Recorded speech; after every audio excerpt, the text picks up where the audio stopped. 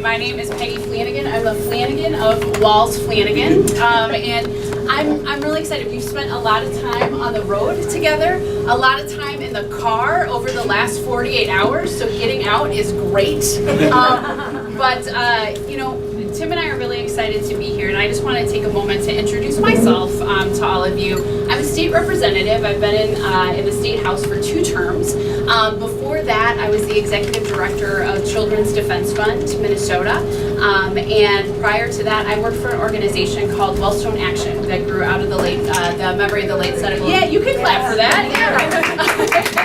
Out of the memory of my hero, the late Senator Paul Wellstone, and I ran our Native American Leadership Program there, where I did training all across Indian country in urban and reservation communities for folks who want to do organizing work or run for office. So, you know, my roots are really in community organizing. My roots are also in training folks to do this work, but really just helping communities themselves determine what their priorities are and working in partnership with elected officials like us to get it done. So I've known Tim for a long time.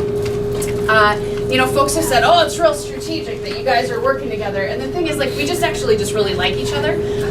We met for the first time when he was a camper at Camp Wellstone, and I was his trainer. So I like to remind him that I taught him everything he knows.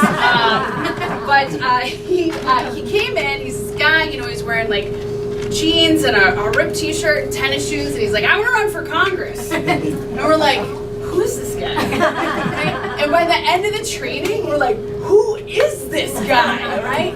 And here he is, you know, coach to the state champs, command sergeant major, teacher of the year. And I thought, like, you know, and now, how many of y'all watch Friday Night Lights? Have you seen this show before? I don't. Yeah. Well, if you did, you'd be like, oh, Coach Taylor is just like Tim, but in Congress and now running for governor. And so I think about, you know, my favorite thing about Tim is that he sees the best in people. He sees the best in people in the colleagues that he served with in the Army National Guard. He sees the best in people with the team that he coached to become state champions. They were not doing so hot before he got there. And he saw the best in the students in his classroom. And so for me, I'm so excited to be part of a ticket and to be part of a team with someone who sees the full potential in Minnesota. And I'm an enrolled member of the White Earth Band of Ojibwe. We actually just spent time up at in the Leech Lake community and up at White Earth, and I got to have dinner with my dad, which was really exciting. One of the things that we talked about there is making sure, and this goes for anywhere we are, if we're in Brainerd, we're in Waconia, we're in Minnetonka, no matter where we are, we talk about the people who are directly affected by decisions being at the table before those decisions are made. Too often when I'm at the Capitol, I hear stories, right, about my colleagues are introducing bills that directly affect communities without ever talking to people in those communities. And it's not how we should govern. It's not right. Our ideas, our solutions, they should come directly from the folks who are impacted by these things every single day. And it's one of the things that, you know, we care passionately about. I'll tell you this, I moved to St. Louis Park, or I didn't move, my mom moved us to St. Louis Park when I was just a baby. And she moved us there using a Section 8 housing voucher.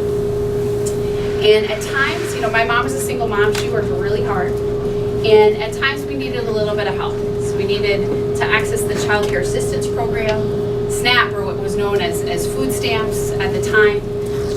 And we lived in a community that surrounded us, that lifted us up, that invested in us. And those programs that were available allowed my mom to go back to school, to get a better paying job, and help to lift our family out of poverty. So when we're at the Capitol, a lot of times I hear stories about those people. And I'm like, listen, I am those people. Sometimes folks in Minnesota, you know, we believe in people. Sometimes people just need a little bit of support, a little bit of help.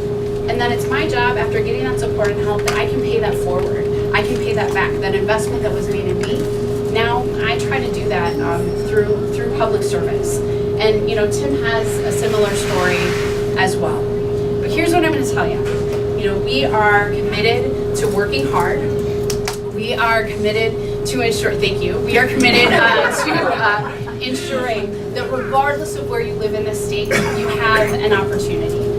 I have a 5-year-old little girl, Siobhan, and she calls him my Tim Walz. And so, you know, but every decision that I make when I'm at the Capitol, and every decision that I would make as Lieutenant Governor, I want to make through the lens of being her mom, of thinking about her generation, the 7 generations yet to come, and those decisions that we make with regards to, you know, how we're investing in public education, how we're investing in protection of the environment, how we're ensuring that there's a future. And when I think about, you know, on the other side of that, I'm also the primary caregiver for my mom.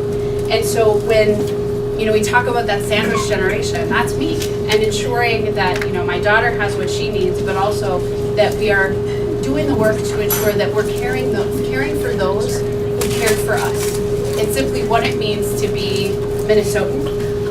And, you know, our hope is that people can see themselves reflected in this ticket, right? Tim's, you know, from southern Minnesota, and I'm from the Twin Cities, but like I said earlier, a member of the Wider Command of Ojibwe, and we think we really look like Minnesota.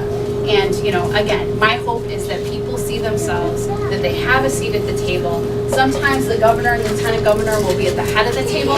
Other times, and most of the time, I think we'll just be at the table, having that conversation with folks, getting that input, so that we're making decisions with people and not doing things to people. So it's my great pleasure to introduce to you one of my dearest friends and my running mate, the next governor of Minnesota, Congressman Tim Walz.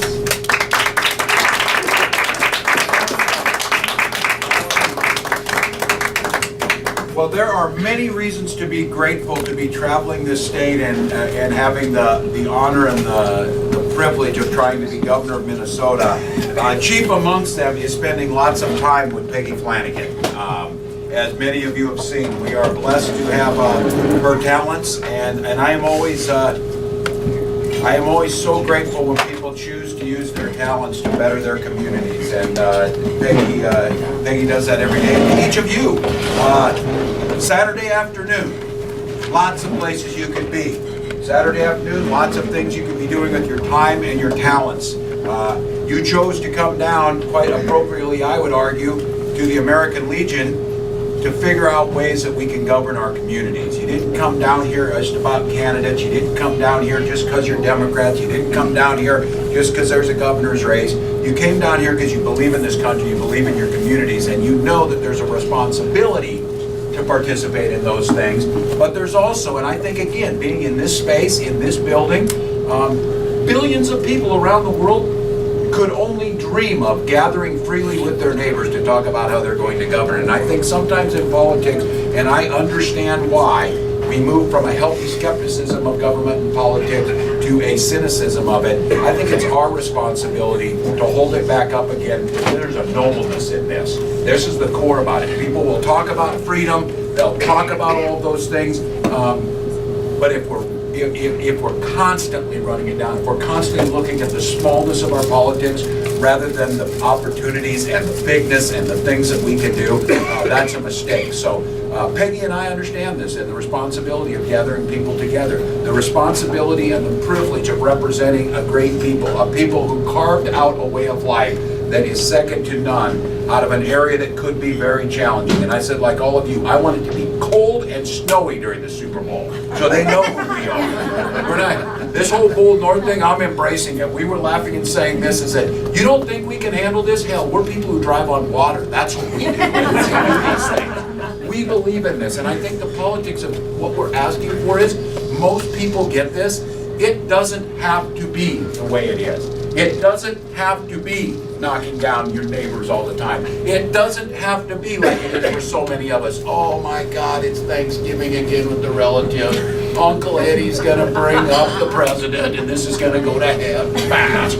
No, there's a strength in that. There's a strength in diversity of opinion, and I'm just proud that you would come here. And my and Peggy's responsibility is to try and help lay out a vision, to try and ask those questions. And we did this differently. Someone asked Peggy, they said, why did you guys decide to build a ticket? No one's ever done it earlier. Usually what you do is you wait till the third vote of the state convention and cut a deal with the person who's right behind you.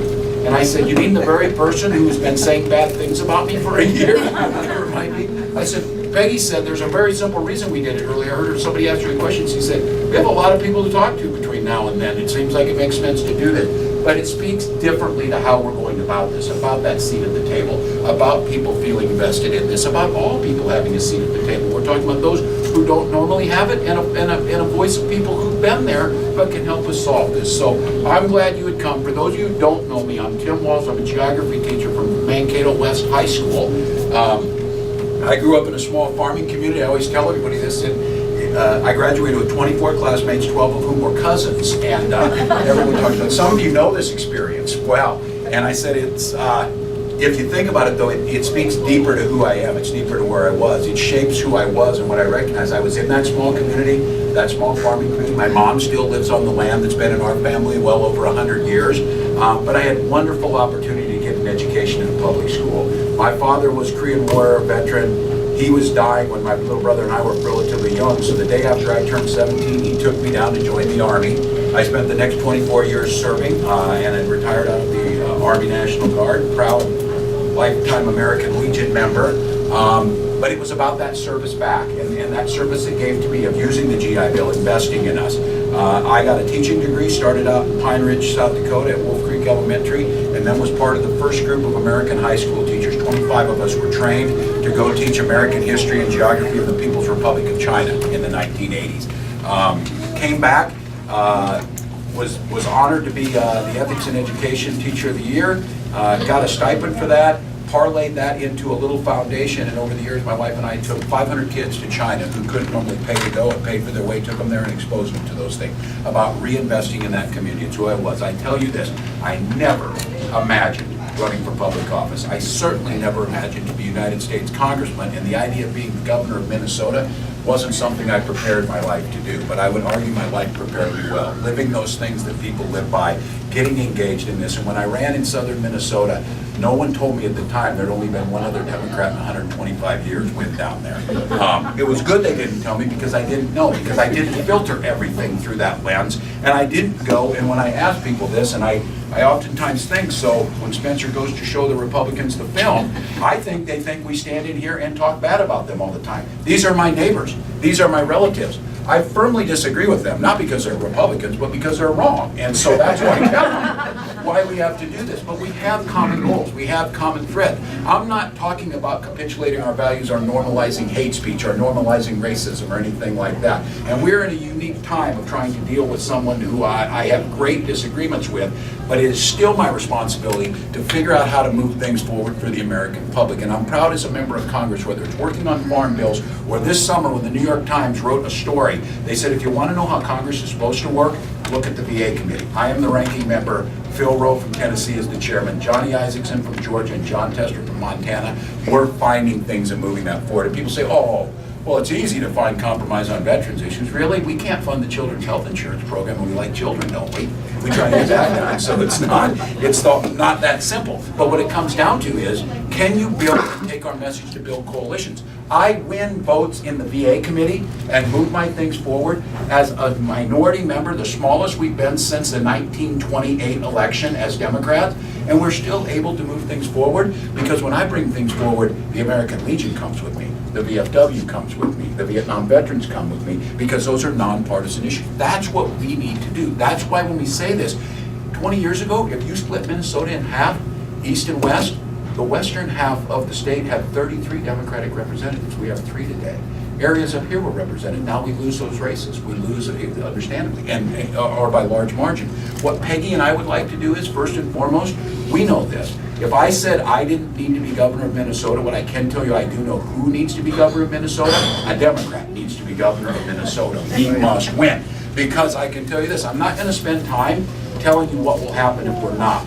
That old saying of Maya Angelou when she says, when someone tells you who they are, believe them. I know who they are, and I know what Scott Walker has done. I know what President Trump has done, and that would be the thing that's coming here. And I am opposed to that because just as Peggy said, I do not believe that will provide opportunity for everyone. I do not believe that will grow our economy. I do not believe it will protect our natural resources with things that we make. And I think it takes a voice away from the people. So when Peggy and I got together in this, my pledge was back in April of last year, that we would go out and build the broadest coalition. We would go out and build the most support. We would go out and build a campaign that was resilient, not to make the difference against other Democrats, but to have a campaign that is prepared to go when the $40 million of outside money come, when former Governor Paulini decides to get in this race and we go in November, we need to be able to win in every precinct, in every county, in all parts of that. Will we do that? No, not always, but I'll tell you what, there's been times when I've run Rock County down in Jackson. And I tell that to people who might not be familiar with that. If a Democrat tells you they won Rock County, take their picture. It's like Sasquatch winning that. It's hard to do. But you know what? Those are good people down there. There's good people up here. We can find this and we reject those false choices of either or. We can figure out how to do economic activities like farming and still find a way to clean our water and be sustainable, opening up opportunities for new business and strengthening the things that we know need to be done. If you can't find childcare, it's very difficult to figure out where you're going to work. If you can't get on high-speed broadband, how are you going to create new businesses? If your schools are not producing and retaining the high-quality teachers needed, how are we going to train that workforce that everybody tells us we're going to have a shortage for? And at some point in time, what set us apart is, it's been 40 years since we've created a Fortune 500 company in Minnesota. The strength of Minnesota was always this: the Twin Cities metro area as an economic driver, but the diversity of the economy that went from minerals down to farming in southern Minnesota to medicine, the Mayo Clinic and others. We had a diversified economy. You think about this. I don't believe even 20 years ago, people were figuring out a way to tell us there was a geographic divide in Minnesota. It was greater Minnesota versus the Twin Cities. You know, dang it, we would have better roads if we just weren't building transit in the Twin Cities. No, we wouldn't. We would have better roads if people had the courage as legislators to invest in them and build them and tell people where their tax dollars are going. So as Governor of Minnesota, Lieutenant Governor of Minnesota, our goal is to bring people in the room. My job is to use that office to make the case to people and make it impossible for you to get elected in rural Minnesota and then vote against investments in infrastructure. For you to get elected in rural Minnesota and not make the investments that grow an agricultural economy or keep the workforce there, or have you in representing rural Minnesota and working against the idea of moving us towards a carbon-free future by having southern Minnesota, where I represent, one of the largest producers of renewable energy in wind and second and third generation biofuels, and guess what? Create jobs right at home. And I have to tell you, if you don't care about the reduction of carbon, which you should because it's an existential threat to us, if you don't care about that, it's jobs back home. You can go to Preston High School, get a job and get a chemistry degree at the University of Minnesota. You can come back home and work at the biorefinery, the biodiesel plant, and make over $100,000 a year and raise your family there. That's what strengthens rural Minnesota. That's what strengthens our country. And if that's not enough, if we're spending $1 billion a day importing countries from hate us, heck, they'll hate us for free. We can keep the money here and do it for them. Make the case to your neighbors. This is not an ideological difference. But we have folks getting elected in rural Minnesota, not voting for transit, not voting to run our schools, not voting for work on research in biofuels and renewable energies. All of those things are hurting rural Minnesota. So as your governor and lieutenant governor, our job will be to take that message there. Our job will be making so that we can elect folks in rural Minnesota and get a majority. And then most importantly, all of this, what Peggy and I said about care about, as you measure your families, having a good job, having good health care, having good schools, having good roads and those things, they lead to what we really want to get to is healthy, secure communities where if you ask people, they're happy in the way they live their lives. There's a joyfulness in it. That's what we're trying to do. We're not Pollyannish. There's tough stuff along the way, but this constant figuring out of why things aren't working, this constant blaming someone else, I'm not interested in that. I gotta be very honest with you. Most people want to live their lives in a manner that is dignified, a manner that gives them the opportunity to be who they want to be. They'd like to get along with their neighbor, and I think at times they'd like to debate politics in a way that is more civil, is more at who they are as a people, and then at the end of the day shake hands and realize the other person loves their country just as much as we do. They just have other ideas. And so All of those things, though, I think work better if you elect Democrats. And I think all of those things seem to go a little better if you do that. So I'm going to make the case you've got a choice. So Tuesday night, we're going to ask, you got an opportunity. Our system has caucuses where you can get out there. It's a little hard. We just found out, and I'm a little disappointed in this. Peggy's dad has to drive 45 miles to get to his caucus site. We got to figure that piece out on how we do that. But it will give us an opportunity to draw people together. It's an opportunity to see the strength of these campaigns, because you have a role. We need your support. We can't do it alone, but we have a responsibility, making sure those resources are there, making sure we've hired organizers in every county, making sure we're getting precinct captains and organizing unit captains to get their neighbors out, and we can make a difference. So I am glad you're here. I am energized by what you bring to this, and quite honestly, I am incredibly hopeful for the state of Minnesota. We are well positioned to take us into the future. We're well positioned to make sure that all of our citizens have health care, but more importantly, we're also positioned to make sure we do biomedical research that prevents people from getting sick. We can figure out all we want on how to get people insurance, but it would sure be a lot better if we could do something to cure diabetes. It would sure be something if we could get rid of Alzheimer's. That's research that has to be put in. Those things are happening. Nowhere in the country do they have the capacity to do this. I toured the Heart Lab the other day at the University of Minnesota, and I have never seen such amazing work being done of what they're trying to do. And for the small investment we make in that, it is amazing. And it's an energy there. Medtronic was in there with them, with the University of Minnesota, with outside folks. And there were young kids and their high school kids in there working in virtual reality, or on a pig heart with a scope of looking to do that, training that next generation. We've spent 8 years talking about healthcare, and I would end with this, what we need to do a better job of talking to our neighbors at. I was in that speech last week when President Trump cheered and said, we finally ripped that individual mandate out of the ACA. And they cheered. Then we took that away. Okay, well fine. Well, those people who don't have insurance are going to go to the emergency room, and you're going to pay more for it anyway, so you can cheer however you want to cheer. But the fact of the matter is that's a stupid way to deliver health care. But he also said right behind that, we're going to speed and make it easier for these new cutting-edge technologies for people to be able to get that care. Explain this to me, how the person you just ripped insurance out of or said they didn't have to have it is going to get super expensive experimental care in high-tech cancer research. We need to do a better job and say they just told you something that is totally untrue, that is totally false. Here's what we're going to do. We're going to invest in the University of Minnesota Heart Lab and research. We're going to make sure our citizens are covered. We're going to do things to reduce our childhood obesity rates. We're going to do things that make sure that people are able to get in before those things happen. Because again, if health insurance is working really, really well, and more importantly, if the healthcare system is working really, really well, you don't have to use it. When you do, you get good quality care close to home, and you don't go broke paying for it. That's the goal. So thanks for coming out. Hope you can caucus. If you've got any questions, Peggy would be glad to answer them. Tim, I got a question for you. Yes. Okay, we have all our Democratic candidates are great candidates. And as you know, we have a caucus and we choose delegates. Yes. From our caucuses to our county conventions to go to the state. And at the convention, they endorse candidates for governor. Yes. So, in that endorsement, are you going to honor the endorsement however it goes? Well, we're going to get the endorsement, but here's what I would say to you about that. It's been 50 years since our endorsed candidate won the governor's office, when there's an open seat. And one of the issues we have is I believe solidly in our party activists.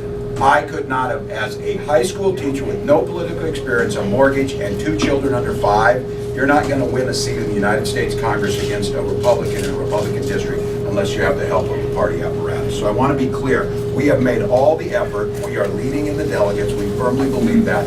We're going to get the endorsement, but we need to be prepared to run in that primary because, again, this is not about who's the best Democrat per se. It's about who is best positioned to be able to beat them in November. And what I'm saying is that I think leading into this caucuses, we can have the best ideas. We can have candidates going to say that, and you don't have to like this, but you need to raise the resources because $40 million is coming into this race. And I'm proud to say we outraised the entire Republican field 2 times more than they did. And someone said, well, I don't like the money in politics, whatever. Neither do I, because because that's what I have to do. I do not like that. I vote and try and make sure Citizens United is overturned. But I am not going to apologize when my friend Eric, a Vietnam veteran who drives a cab, collects his tips till he gets to $100 and gives them to our campaign because he believes we can make a difference in people's lives. So what comes back to your question is, we will get endorsed. We are prepared to run in a primary because the only reason that I think Peggy and I are in this race, we believe we give us the best opportunity to win statewide. We want to be there. Other questions, comments, or snide remarks? We'll take those.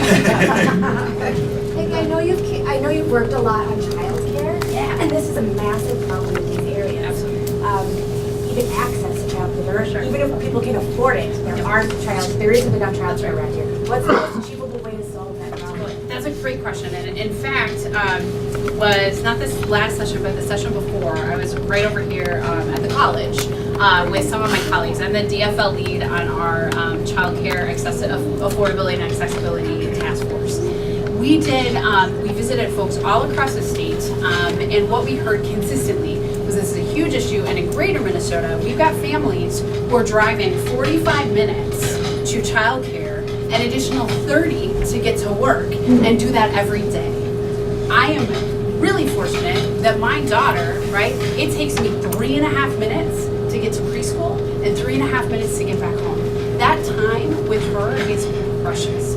So here are some of the things that we can do.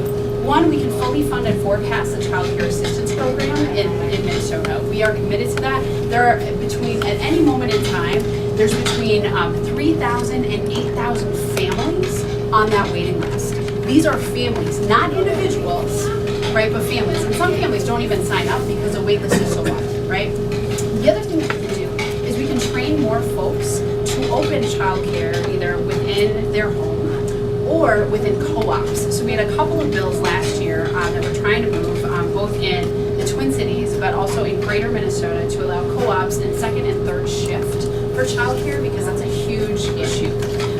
This should be something that when we look at childcare, that we are getting investment from the business community, right? Having a reliable workforce is a huge issue, and I think that this is one of those things where it doesn't have to be a partisan issue. So we've all these recommendations that came out of a report, and in some ways, our friends on the other side of the aisle were lacking the will. But I would argue that we've got a lot of the solutions, which is training, investment, co-ops, and fully funding and forecasting the child care assistance program, as well as looking at incentives for providers taking infants. Infant care is one of the biggest issues that we face in the state. And listen, the largest raise that I will ever get in my life is gonna happen this fall when my daughter starts kindergarten, right? And so the place where our families, I think, as we look at families in transition, when we've got young families who are welcoming in new babies or adopting new kiddos, and it's this time between 0 to 5 when a lot of our families need the most help, and there's not a lot of things that are available to them. So I think this looking at prenatal care, looking at our earliest learners, our littlest Minnesotans will be a priority for us. It has been for me in my work at CDF and also in the legislature. We've got a lot of the solutions. We've got a lot of bipartisan solutions. The additional thing that I would say is incentives for businesses to open childcare on site that's hugely appealing, and it's a way to attract millennials and to retain folks to live in the communities where they grew up. So this is one of those issues that I think should bridge the divide between the urban and greater Minnesota communities, and it is my jam. And I'm really excited to be able to work on these things we've been talking about for a long time, and now putting them into practice with the Walz governor's. I think it's building that will to do that. If I were the Republican candidates, I would follow that and use it because the business community will love it. If you are pro-business, you talk that way. If you are pro-growth, you talk that way. And that's what we think we take out. I know you've opposed Citizens United, moved to amend an organized effort to change that and to say that money is not voiced. Will you openly Sure. support? Yeah, absolutely. Anything to do that. I agree. For all of us who know, the Citizens United, and there's an argument that I think, a legal argument behind it, that the idea that that your use of campaign contributions was a free speech issue. I think there's probably some legitimacy about an individual. How you spend your money is your choice. What was never intended, that is dark money and non-disclosure of people coming in campaign. If you did notice, Peggy and I have gone out with people like Eric and people like those in this room who give us $25 to $50. 95% of those contributions came from individuals, small people in Minnesota or whatever. We understand we have to raise money, and we raise twice as much as the Republicans, but they don't panic yet because the Koch brothers promised $400 million are going to come to these races. And the governor of Minnesota is a prize they want. They want to have that. So yes, disclose, move forward, amend. This idea, and I was mentioning earlier as a pushback to this, the argument basically said that corporations should be treated like individuals. So I was telling about a hearing in the VA committee where our largest banks and the 5 of their VPs were sitting at the table and saying, oh, it was just inadvertent, it was a computer system, and we got a $2,000 fine. What they did was they foreclosed on the homes and removed family members while our service members were downrange in Iraq or Afghanistan serving to protect us. That is against the law. We have things in place because we don't want our service members worrying about their bills or their spouses being kicked out of their house. So they were all just answering inadvertent and we're sorry this happened or whatever. And I said, no, I hear you, but there's been a change in the law. You are now treated like people. And the only question I have during my time is which one of you is going to prison for this? Because now all of a sudden there's no protection. They all clammed up.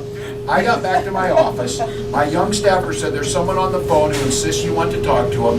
And they said, who is it? He said, his name is Mr. Diamond, Jamie Diamond. I said, oh, the CEO of Citibank. He's calling me now. I wonder why that is. And I will say this, though. He said, I pledge to you that this will never happen again. I pledge to you to hire 40,000 people in the United States, veterans, if we try and get them. And he followed through. So I will give you this on this, that they followed through to make that case. But it did make and highlight this case. We need to do a better job of highlighting why this is wrong. Let's all be honest. If you want to fix Congress, I've been there 12 years now. If I've learned anything, well, I've learned to say it can't get worse. Don't ever say that. The other 2 things I've known is nonpartisan citizen or judicial redistricting of the congressional districts to avoid gerrymandering and campaign finance reform. That would fix your government. Then the discussion on health care would happen, the discussion on everything else. You would get rid of all of the things. And there's reasons to be optimistic on that other front on redistricting. The decision in Pennsylvania is gigantic of what happened there.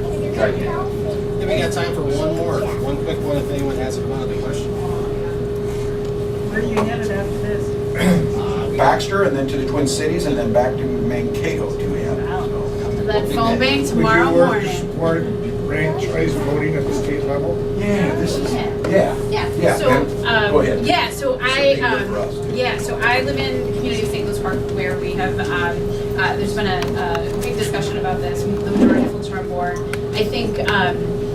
I think it allows for more robust conversations in the campaigns and elections, and we've seen that in Minneapolis and St. Paul. So it's definitely something. I think the education part has to come along with it as we're engaging folks and citizens around educating them about what that process looks like and ranking and other things. But I think it makes campaigns more transparent and there's less elbowing of each other because you have to say like, hey, that's a great idea. That's right. There's less of it. So I think that's an opportunity. To me, it's the only way to get it to democracy. For sure. Yeah. I'll have to say, and for some of you on ranked choice voting, you get some, more people becoming educated to it. The one thing that I think attracted me to is the passion behind the people who are supportive of it, because it's about access to the ballot.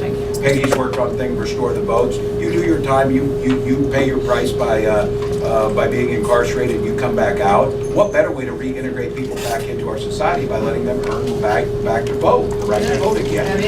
That's right. Why are we voting on Tuesday? I would say this, going back to the caucus thing, I'm a little iffy on the caucuses. It's at 5 o'clock. If you've got to work or if you've got kids there or if you've got to drive 45 miles wherever it's Lord, we should do everything in our power to make it easier for citizens to be able to vote, to make it happen. Why are we voting on a Tuesday still in November? Why aren't we on Saturday? Why isn't it a national holiday? We get everybody there.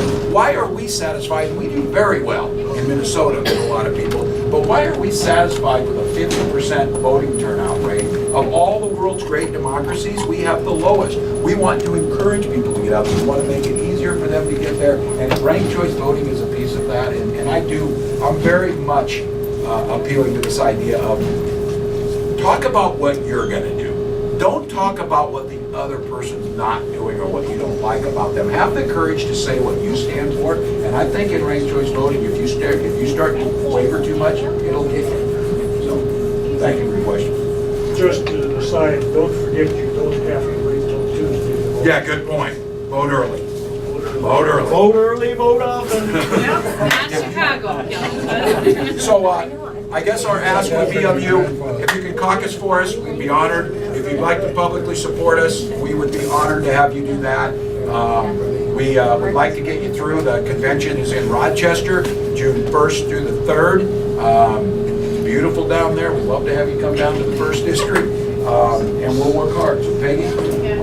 Thank you so much for coming out. It is a real joy to be here and to see people that I haven't seen in a while. So good to see you. And we would just be honored and humbled to earn your support. So. Thanks, folks. Yeah.